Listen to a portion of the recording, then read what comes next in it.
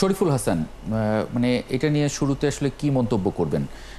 অভিবাসী জীবন নিরাপদ করতে আমাদের আসলে মানে সেই দেশের আইন, সেই দেশের সামাজিক আচার, এগুলোর সমস্ত জ্ঞানের অভাবের কারণ এটা নাকি অন্য কোনো কারণ আছে? না, ধন্যবাদ। আসলে এটা জ্ঞানের অভাব বা সেগুলো হচ্ছে বড় বিষয় না। আপনি যদি দেখেন, এখানে 770 জনকে আটক করা হয়েছে। 770 মধ্যে 377 জন বাংলাদেশি, মানে প্রায় অর্ধেকই বাংলাদেশি। কেন এদেরকে আটক করা হয়েছে, যদি আপনি কারণগুলো দেখেন তাহলে হচ্ছে আসলে এদের পরিচয়পত্র পাওয়া যায়নি। তার আসলে যতদিন থাকার কথা তার অতিরিক্ত সময় ছিল, আনডকুমেন্টেড ছিল। মানে সিম্পল কারণ, কারণ এমন না যে তারা খুব ক্রাইম করেছে, এমন না যে বড় অপরাধী, তা কিন্তু না। এই যে সিম্পল কারণ, তার যে কদিন থাকার কথা থাকেনি, আনডকুমেন্টেড। আনডকুমেন্টেড সে কেন হয় বা কিভাবে হয়, এই প্রশ্নের উত্তরের মধ্যে আপনি পাবেন আসলে সংকটের কারণটাকে। মালয়েশিয়ায় সরকারের মানে এই মাইগ্রেশন কস্ট ছিল কখনো 37,000 টাকা, কখনো 78,000 টাকা, কখনো 87,000 টাকা। কিন্তু যাওয়ার জন্য এক একজন কর্মী দিতে হয় 5 লাখ, 6 লাখ, 7 লাখ টাকা। কারণ সিন্ডিকেট, অনিয়ম, দুর্নীতি।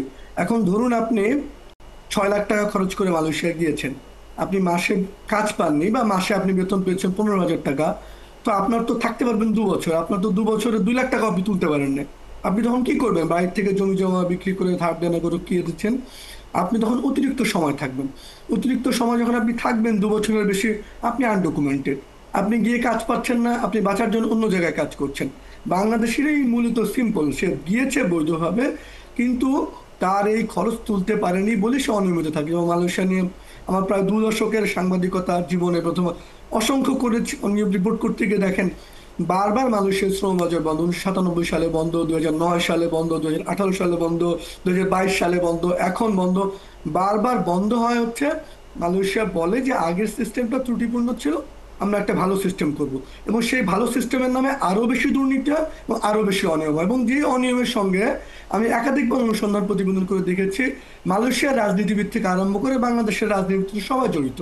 আপনি আওয়ামী লীগ আমলে প্রথমবার 10 জনের এবং পরের বার 25 জনের একটা সিন্ডিকেট হয়েছে, যেখানে এমপি থেকে শুরু করে, মন্ত্রী থেকে শুরু করে অন্ততপক্ষে 24 থেকে 25 হাজার কোটি টাকা এখানে অনিয়ম হয়েছে। আপনার এক একজন কর্মী নিবন্ধনের জন্য যেখানে 2,000 টাকা লাগার কথা, লেগেছে 1,07,000 টাকা। মানে আপনার 1,05,000 পার কর্মী নিবন্ধনই মালয়েশিয়া আপনার পাচার হয়ে গেছে। এবং এটা শুধু এই আমল তা না, আপনি এর আগে যদি আগের সরকার আমলে যান, বিএনপির আমলে কলিং ভিসার নামে এই একই রকম দুর্বৃত্তায়ন হয়েছে। প্রতিবারই এই কর্মী নিয়োগের জন্য যে অনিয়ম বাণিজ্য, দুঃখটা কি জানেন, বাংলাদেশের সরকার পরিবর্তন হয়, সিস্টেম পরিবর্তন হয়, কিন্তু সাধারণ মানুষের ভাগ্যের পরিবর্তন, সে কৃষক বলেন, প্রবাসী শ্রমিক বলেন, গার্মেন্টস শ্রমিক বলেন, তাদের জীবনের কোনো ভাগ্য পরিবর্তন হয় না। তাদেরকে নিয়ে এই রাষ্ট্রের আমলা বলেন, রাজনীতিবিদ বলেন, তাদের দুর্বৃত্তায়ন, অনিয়ম, দুর্নীতি সবসময় চলতে থাকে। এবং মালয়েশিয়ায় এই প্রবাসী শ্রমিকদের কেন, ইলিয়াস ভাই প্রশ্ন করছিলেন যে বাংলাদেশিরা কেন, সব সময় যত লোক মালয়েশিয়ায় থাকে বাংলাদেশি, তার একটা বড় অংশ থাকে মানুষ, তারা অবৈধ হয় না, তারা থাকে অনিয়মিত, তার কাগজ থাকে না, নথি ঠিক থাকে না। এবং এর কারণটা কখনোই এই যে গত 20-25 বছর, 30 বছর ধরে চলছে, কখনোই অনিয়ম, দুর্নীতি, সিন্ডিকেট, হাজার কোটি টাকা পাচার, এই কারণে কখনোই যে রাষ্ট্রের এই যে ধরেন 78,000 টাকা খরচ সরকার নির্ধারণ করে গেল, 5.5 লাখ টাকা দিয়ে যে গেল, আমার রাষ্ট্র কি ঘুমিয়েছিল? প্রবাসী কল্যাণ মন্ত্রণালয় কি ঘুমিয়েছিল? বিএমইটি কি ঘুমিয়েছিল? দূতাবাস কি ঘুমিয়েছিল? এই যে 18,000 কর্মী যেতে পারলো না গত 1 বছর বেশি সময়, এর মধ্যে 2 দফা সরকার পরিবর্তন হয়ে গেছে, 3 দফায় আপনি তারিখ পরিবর্তন দিয়েছেন। অন্তর্বর্তীকালীন সরকার একাধিকবার বলেছেন তারা যাবে, তারা টাকা ফেরত পায়নি, তারা যেতেও পারছে না। মানে প্রত্যেকটা সরকার তাদেরকে নিয়ে মুখের কথা বলবে, হাসান, বাস্তবে এর কি কোনো সমাধান নেই? আমি যতদূর জানি প্রত্যেকটা এই রাষ্ট্রের, বাংলাদেশে এমন কোনো সংকট নাই যেটা পৃথিবীর আর কোথাও হয়নি। প্রত্যেকটা সংকটের সমাধান আছে। সমাধান আপনি চান না, ক্ষমতা যারা যায় তারা সবই একই দুর্বৃত্তায়ন, একই লুটপাট, একই দুর্নীতির সঙ্গে যুক্ত থাকে বলে আপনি সমাধান চান না। কারণ আপনি আগেও যেই লোকগুলো দুর্নীতির সঙ্গে জড়িত ছিল, সিন্ডিকেটের সঙ্গে জড়িত ছিল, যাদের কারণে আপনি বাজার বন্ধ হয়, আপনি ঘুরে ফিরে আবার তাদেরকেই রিক্রুটমেন্ট প্রক্রিয়ার মধ্যে আনেন। মানে যেই সিস্টেমের কারণে এই দুর্নীতি হয়, সেই সিস্টেমের লোক বছরের পর বছর ধরে সব আমলে আমরা তারাই দেখি করে। তো আপনি তো চান না, আপনি কি চান এই রাষ্ট্রের অনিয়ম, দুর্নীতি বন্ধ?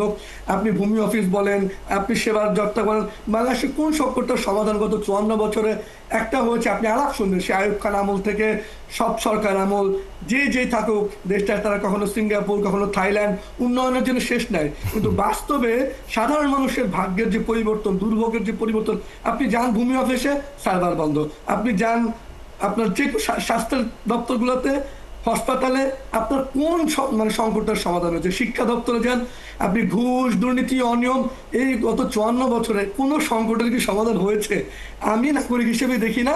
সব সরকার আমাদের গালি শুনতে হয়। বাস্তবতা হচ্ছে আমরা চাই না। সমাধান যদি আপনি চান, রাতারাতি 2, 3, 4, 5 মাসের মধ্যে সমস্যার সমাধান করে সম্ভব। আপনি তো চান না সমাধান, আপনি চান এই সংকটগুলো থাকুক, এই দুর্বৃত্তপনা চলুক, আপনার আমলের লোকগুলো খালি চেঞ্জ হোক, আপনার টাকা আয় হোক। এই টাকা অতীতেও রাজনীতিবিদদের হাতে গেছে, এখনো রাজনীতিবিদদের হাতে যায়।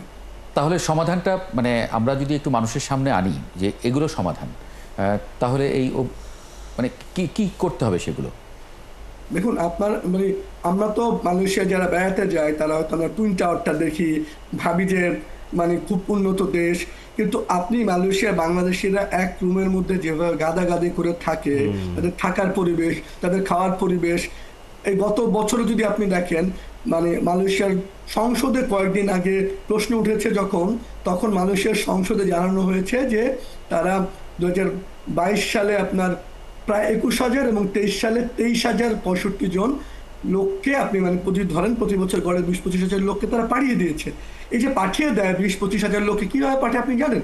মানে আমি মালয়েশিয়ার এয়ারপোর্টের ছবি তুলে মানে সেটা দেখিয়েছে, হাতে শেকল পরায়, আপনি তাদের ডিপোর্টেশন সেন্টারে রাখা হয়, রতান মানে এমনভাবে বেত মারা হয়, আপনি কোনো কারণে আনডকুমেন্টের জন্য মারতে পারেন না, ভয়ঙ্করভাবে বেত মারা হয়। আপনি কুকুর, বিড়াল, গরু, ছাগলের সাথে এই আচরণ করা হয় না, যেই কারণটা বাংলাদেশি প্রবাসীদের সঙ্গে করা হয়। মানে আপনি তো আপনার রাষ্ট্র, আমরা রাষ্ট্র বাংলাদেশ হিসেবে কখনো তো আমরা শক্ত প্রতিবাদ করিনি যে তুমি আমার নাগরিক সাথে কেন করছো, বরং আমরা মিলে আমাদের এই নাগরিকদের বিক্রি করা, তাদের দাস প্রথার মতো জীবনযাপন করাটা আমরা চাই। সমাধান আপনি চান, মাথা উঁচু করে মানুষকে বলেন যে আমি এই প্রক্রিয়ায় কর্মী পাঠাবো না, আমার কর্মীর সাথে তুমি অসম্মান করবে না, আমি তোমার সিন্ডিকেটের মধ্যে কর্মী পাঠাবো না।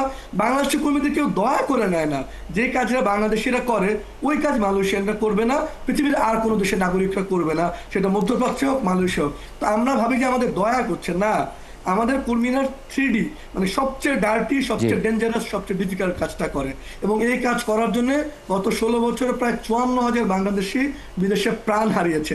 এমন কোনো দিন নেই ঢাকা এয়ারপোর্টে 20 থেকে 25 জনের লাশ না আসে।